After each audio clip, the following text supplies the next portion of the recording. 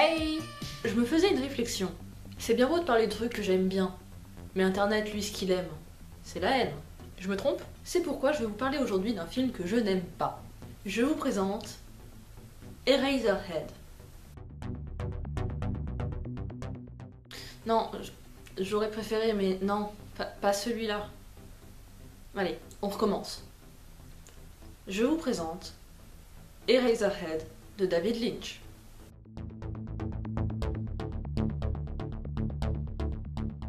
D'abord, comment l'ai-je vu? Avec ma mère, nous allions régulièrement à un cinéma de quartier où il passe parfois de vieux films. Un jour, je vois donc ce film programmé, et voyant que le titre est aussi le nom d'un personnage d'un manga que j'aime bien, je dis à ma mère, je dois voir ce film. Nous y allons donc. Je suis pleine de rêves et d'espoir, je me dis que je vais enfin découvrir un réalisateur considéré comme un génie par certains. Et la seule chose que je peux dire en ressortant est film. Je sens, je vois que tu essayes de communiquer. Mais je ne te comprends pas. Qu'essayes-tu de dire? Que signifies-tu? Mais puisqu'il faut être objectif, je vais de ce pas aller revoir ce film afin de pouvoir en faire une critique. En fait non. Je voulais vraiment le faire, voir si je pouvais changer d'avis. Mais en voulant aller le regarder de manière totalement illégale sur internet, j'ai fait l'erreur de cliquer sur une critique de ce film. Et les premières lignes m'ont rappelé pourquoi je ne voulais pas le voir. Je cite. Une évidence, Eraserhead doit d'abord être revu pour ses scènes fondatrices qui structurent un imaginaire cinéphile. Un poulet rôti se mettant à battre des ailes en crachant un liquide noirâtre, les cris agonisants d'un nourrisson monstrueux dont les langes s'ouvrent pour laisser paraître des entrailles fumantes, l'air innocent chantonné par une fillette aux joues gonflées et purulentes, et cette incroyable coupe de cheveux, rendue brillante par une mise en lumière de dos, sur un fond noir au milieu d'un nuage de particules en suspension. Ça vous donne envie, vous? Parce que moi, non. Le problème que je trouve à ce film, en fait, c'est qu'il est réussi. Quand on connaît le but de David Lynch. La passion de ce type, c'est d'innover, de tester ce qui peut être mis à l'écran. Créer, par l'image et le son, l'expérience la plus mémorable possible. Pour ça, c'est un génie. Et pour cette raison, je ne veux plus entendre parler de lui. Enfin, finissons tout de même ce que nous avons commencé, c'est-à-dire, présentons le film.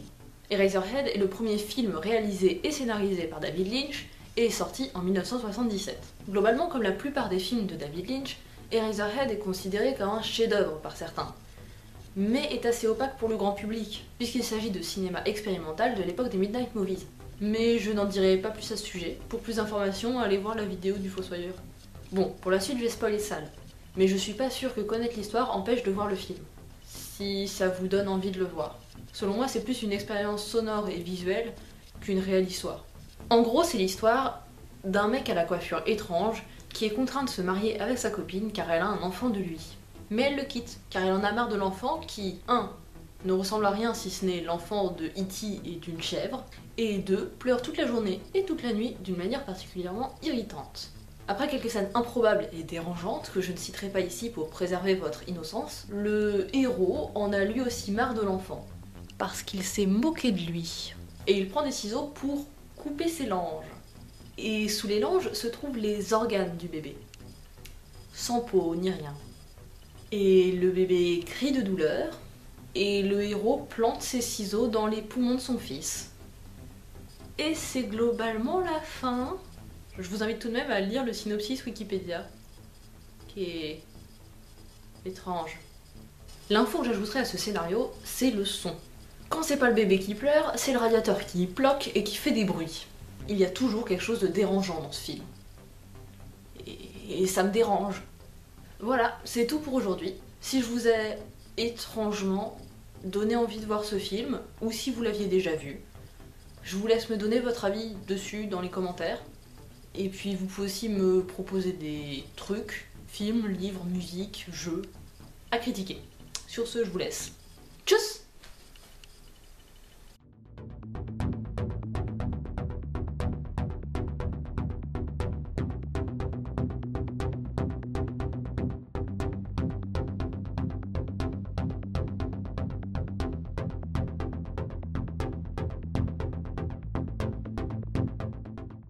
Bon, pour la suite, je vais spoiler sale.